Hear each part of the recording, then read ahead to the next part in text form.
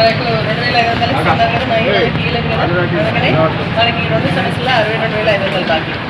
వృద్ధులకు మన వికలాంగులకు పెన్షన్ 2,000 ఇస్తాను కదా, దానికి ఒక్కొక్కరికి 50,000 బాకీ. ఇంట్లో బంగారం బాకీ, స్కూటీ బాకీ, మరి 8,000 కోట్ల రూపాయల స్కాలర్షిప్ బాకీ, రైతులకు రైతు భరోసా బాకీ, రుణమాఫీ 2 లక్షల బాకీ, బోనస్ బాకీ, తర్వాత రైతు కూలీలకు రైతులకు 24,000 రూపాయలు బాకీ, నిరుద్యోగులకు 2 లక్షల రుణాలు బాకీ, మరి అదేవిధంగా మన నిరుద్యోగ యువత 4,000 రూపాయలు ఒక్కొక్కటి, 96,000 బాకీ ఒక్కొక్క నిరుద్యోగం. మరి అదేవిధంగా విద్య వరుసగా 5 లక్షల బాకీ, ఆటో డ్రైవర్లకు సంవత్సరానికి 12,000 ఇస్తాను, 2 సంవత్సరాల్లో 24,000 బాకీ. అందుకని మనం ఈ బాకీలని నెరవేరాలంటే కావాలంటే కేసీఆర్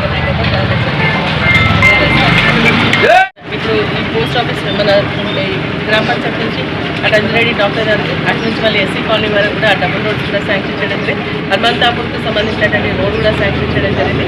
ఇవన్నీ చేస్తాను. కాంగ్రెస్ పార్టీ ఏంటంటే టీఆర్ఎస్ పార్టీ చేసినటువంటి పనులు, venture non veg market pending పెట్టింది, మున్సిపల్ బిల్డింగ్ పెండింగ్ పెట్టింది. తర్వాత ఆ రోజు ఏంటంటే ఇక్కడ ఎక్సైజ్ ఆఫీస్ నుంచి కూలగొట్టడం జరిగింది.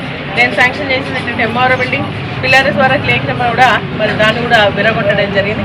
ఇంతవరకు అవన్నీ కూడా శాంక్షన్ చేయలేదు. ఎక్సైజ్ ఆఫీస్ ఎక్కడో నడుస్తుంది, ఆర్డీఓ ఆఫీస్ ఎక్కడో నడుస్తుంది, ఎంఆర్ఓ దాంట్లో మార్కెట్ నడిపిమని చెప్పేసి మేము ఆదేశాలు ఇచ్చినా ఇంతవరకు కూడా దాన్ని కూడా పట్టించుకున్నటువంటి పాపన లేదు. కాబట్టి ఖచ్చితంగా మీరు చేసినటువంటి ప్రజా వ్యతిరేక విధానాలను ఎండగడుతూ ప్రజల్ని చైతన్యపరుస్తూ మరి బీఆర్ఎస్ పార్టీయే మరి ఈరోజు కేసీఆర్ గారి నాయకత్వమే శ్రీరామ రక్ష ప్రజలకు చెప్పేసి తిరగడం జరుగుతుంది.